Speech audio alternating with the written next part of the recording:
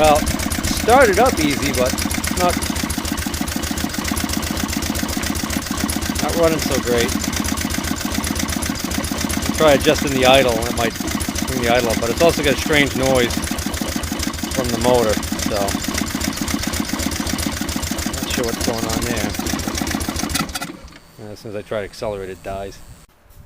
Well, when I got it running and I started to get to the point where it was warmed up enough I could give it some gas, a whole bunch of debris and stuff started blowing out into the airbox here, and found out there's actually a tube with an air outlet facing this way right there that runs down into this housing on the side here, which I think has the main drive belt and all that.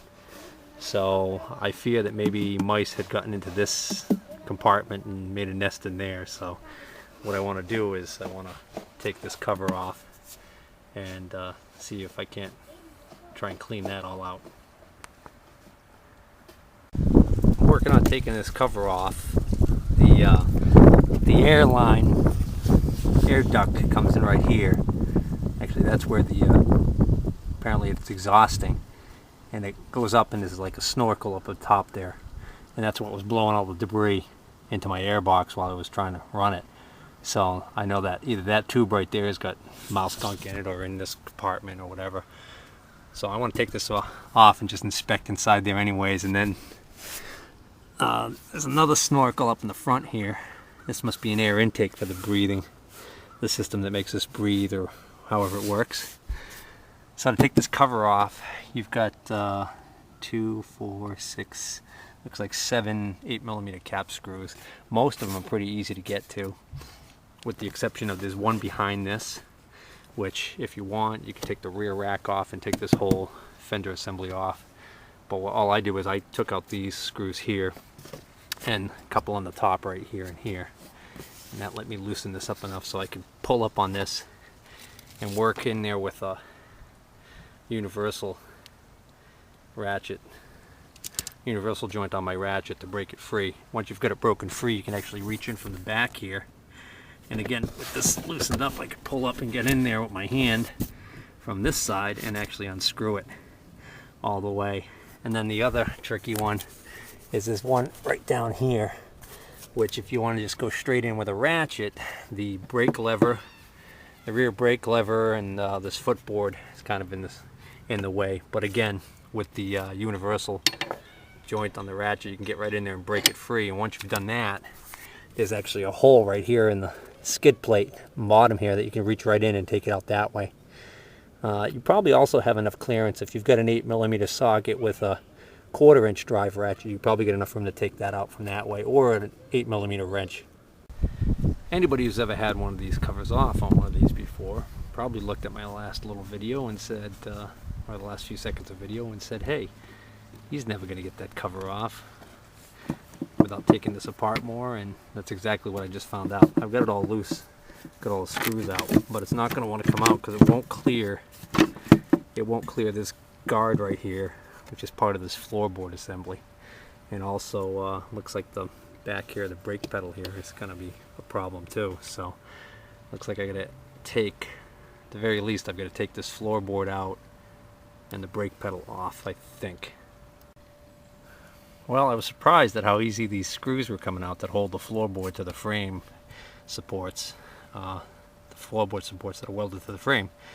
And then of course, it's always the way, 1, 2, 3, 4, 5 screws, and when you get to the 5th screw, that's the one that doesn't want to come out. So I just tried putting some thread penetrant. You can actually see the threads through the hole right here. Water probably gets in there, rusts them, and that didn't work. So then I've got an impact driver. I tried that, gave that a few good whacks. It still hasn't come free, so now I'm going to apply some heat. Okay, the heat did the trick. It allowed me to get this last screw out, and with the screws removed, and since I already loosened this part here, I can actually flex this up enough so I can get a long extension on my ratchet with a 12mm socket on there to remove the nut that holds the foot brake on. Now I want to disconnect this brake cable right here from the lever, This would be easy, except for the fact that there's a cotter pin on the back side here. And why they don't have that on the front side, I don't know. Unless this was a part at some point, somebody put it together backwards. But I mean, it's a lot harder to put it together this way, so I'm not sure. But I know when I reassemble this, if I can, I'm going to try and put it the other way. But actually, I think I could see now, part of the reason is because there isn't enough clearance to slide the pin out between the back of the lever here and the plastic housing. Doesn't look like there's enough clearance to slide it out that way. But with the floorboard already loosened, there would be.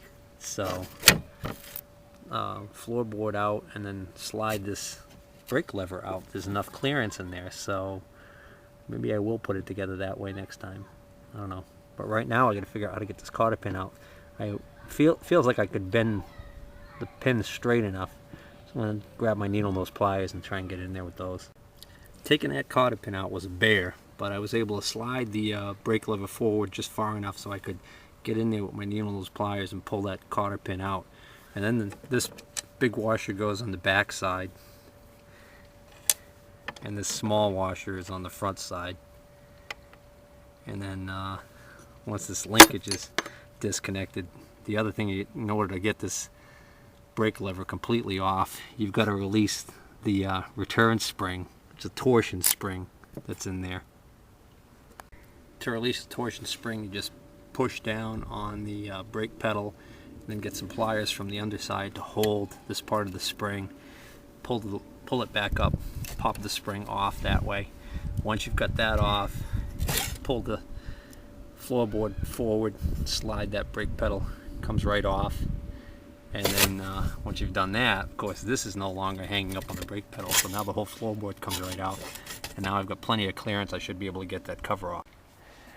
Takes a little wiggling and playing with it, but you can get it out. And this is just a small sample of what was in there. There's dirt, debris, typical stuff you see mice chew up and bring in there, acorn shells. Looks like there's a dead mouse right there. You can see his little whiskers and his tail.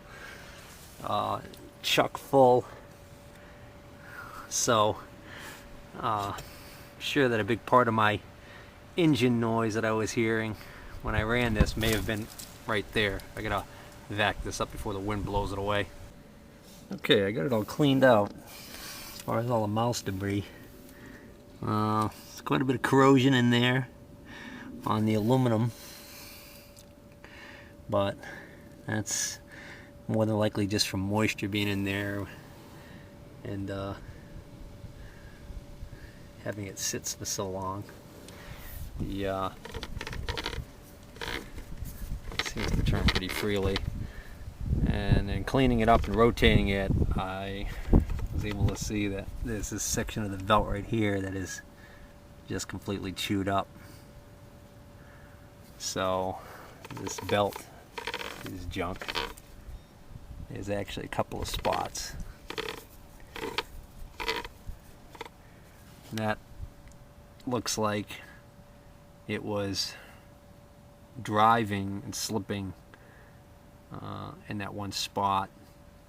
There's probably some specific ways that you're supposed to drive this machine, and maybe it was abused and caused that, or maybe there's actually some sort of a mechanical fault somewhere in the drive system that caused that also.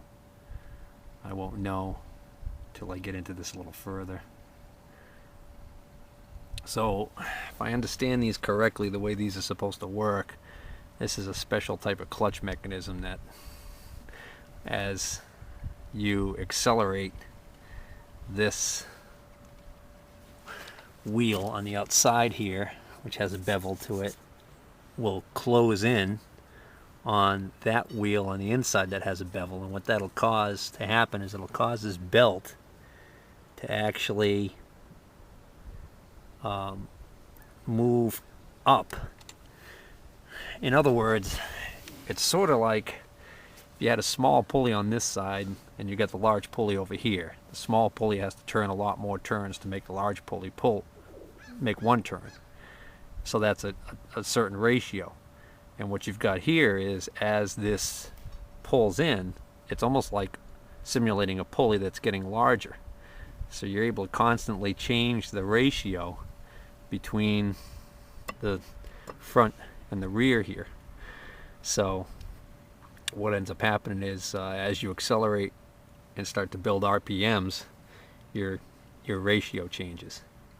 And then this side right here also has the bevels to it and has its own setup inside here, so that this must be able to change also.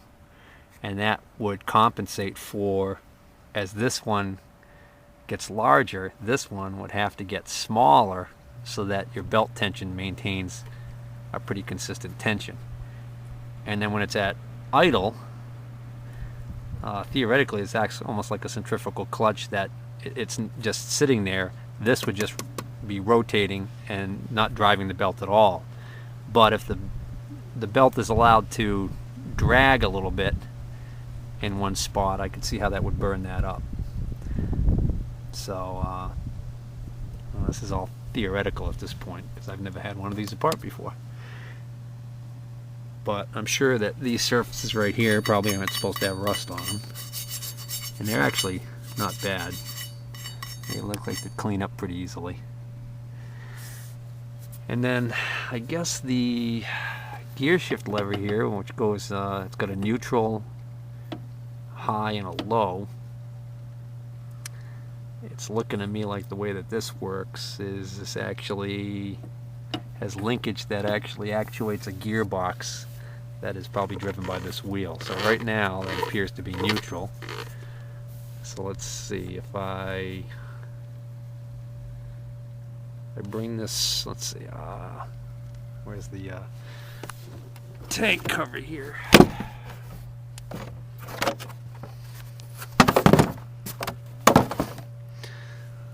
Oh, okay, it's on the top. I forgot. It's on the top here. We got, if we want to go forward, one is low, out, and forward is high. So that should have the effect of putting it into low gear. So I'm going to put the camera down so I can rotate it. Alright, so now it's in gear. If I rotate this, it's actually moving the wheels. And if I pop this back, that's back into neutral. And then if I pop this down and forward, that should be high gear. Again, I gotta use both hands to do it. So now I have it in high gear. And I just tried reverse, and that seems to work also. Again, this has got to be rotating while you're trying to put it in gear, apparently. The reason why I say that is because if I just give it like a quarter rotation as I'm pushing the lever back, it goes right in and locks in. And now it wants to move backwards. So that would bode well for the transmission, which would make me think that the transmission is not locked up in some way that caused this belt to burn up.